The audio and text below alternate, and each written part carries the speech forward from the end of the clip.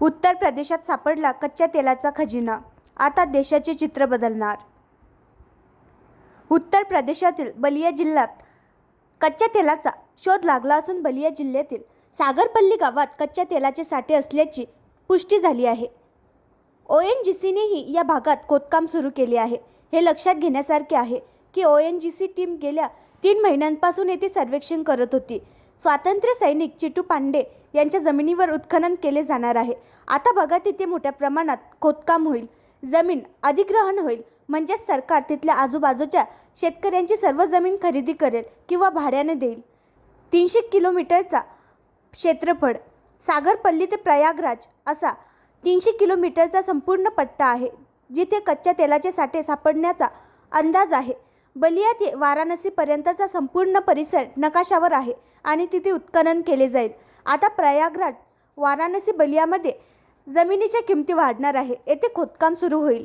3 महिन्यांच्या सर्वेक्षणानंतर ONGCला असे आढळून आले की गंगा खोऱ्याभोवती येथे 3 किलोमीटर खाली म्हणजे 3000 मीटर खाली कच्चे तेल आहे.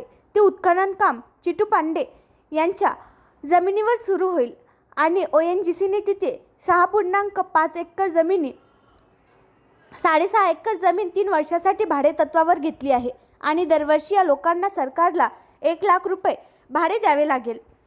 दररोज 25,000 लिटर पाणी वापरले जाते. आता हे खोदकाम सुरू होईल, पण तुम्हाला माहिती आहे का दररोज 25,000 लिटर पाणी वापरले जाईल. आणि पहा, गंगा खोरे क्षेत्र थोडे संवेदनशील क्षेत्र आहे. त्यामुळे यामध्ये एक तोटा आहे की तुम्ही इतके संसाधने वापराल आणि असे म्हटले जात आहे की हे खोदकाम एप्रिल 2025 पर्यंत पूर्ण होईल आणि या सर्व विहिरी 300 किलोमीटरपेक्षा जास्त क्षेत्रात खोदल्या जातील.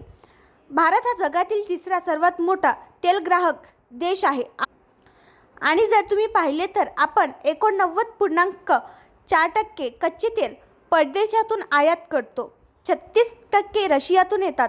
2024 पासून आपले कच्चे तेल इराकमधून येते, सौदी अरेबियामधून येते, संयुक्त अरब अमिरातीमधून येते. आपण बहुतेक कच्चे तेल निर्यात करतो आणि आपले स्वतःचे उत्पादन कमी आहे. आजूबाजूच्या जमिनीची किंमत वाढेल, यामुळे आजूबाजूच्या जमिनीचे मूल्य वाढेल. शेतकऱ्यांना फायदा होईल, यामुळे रोजगार वाढेल. कारण जर तुम्ही इतका मोठा प्रकल्प चालवत असाल तर तुम्हाला मजुरांची आवश्यकता असेल. रस्ते जोडणी असो, पाणी असो किंवा वीज असो, पायाभूत सुविधा वाढतील म्हणजेच एक प्रकारे संपूर्ण परिसराचा विकास होईल. प्रगत तंत्रज्ञानाची आवश्यकता असेल. जर तुम्ही एवढा मोठा प्रकल्प चालवत असाल तर आज 3 किलोमीटरपर्यंत ड्रिल करण्यासाठी तुम्हाला प्रगत तंत्रज्ञानाची आवश्यकता आहे. जर तेल गळती झाली तर प्रदूषण वाढेल.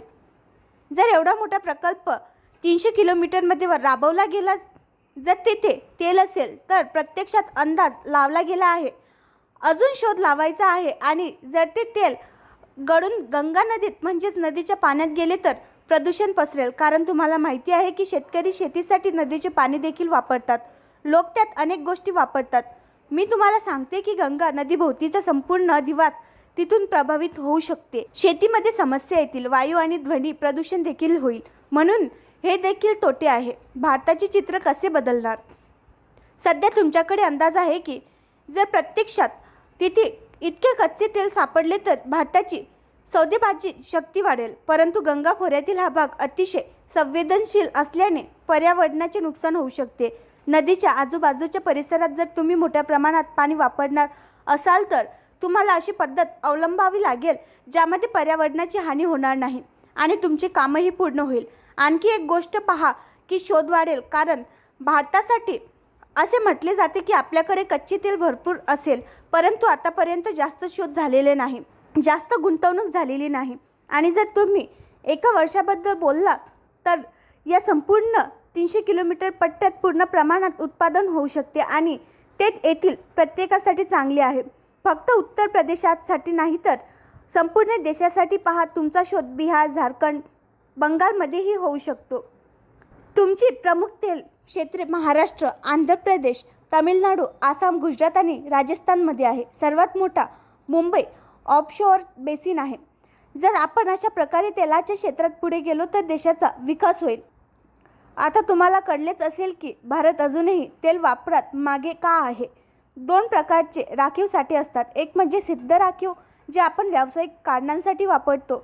आपल्याला माहीत आहे की येथे खूप कच्चे तेल आहे आणि आपण त्यातून वार्षिक किंवा मासिक किती काढू शकतो हे सर्व मोजले जाते. परंतु अंदाजे साठा नावाचा एक साठा आहे. जसे बलियाच्या बाबतीत आपल्याला माहीत आहे की तेथे खूप आहे. आम्हाला 3 महिने सर्वेक्षण केल्यानंतर कळले आहे, पण त्यातून काय बाहेर येते आणि किती बाहेर येते हे अद्याप पूर्णपणे स्पष्ट झालेले नाही. हे सर्व भविष्यात घडेल आणि बघूया, कदाचित एप्रिलच्या अखेरीस आम्हाला याचे उत्तर मिळेल. आणखी नवीन व्हिडिओ पाहण्यासाठी आमच्या देशमुख एक्सप्रेस न्यूज चॅनलला सबस्क्राईब करा, लाईक करा आणि शेअर करा.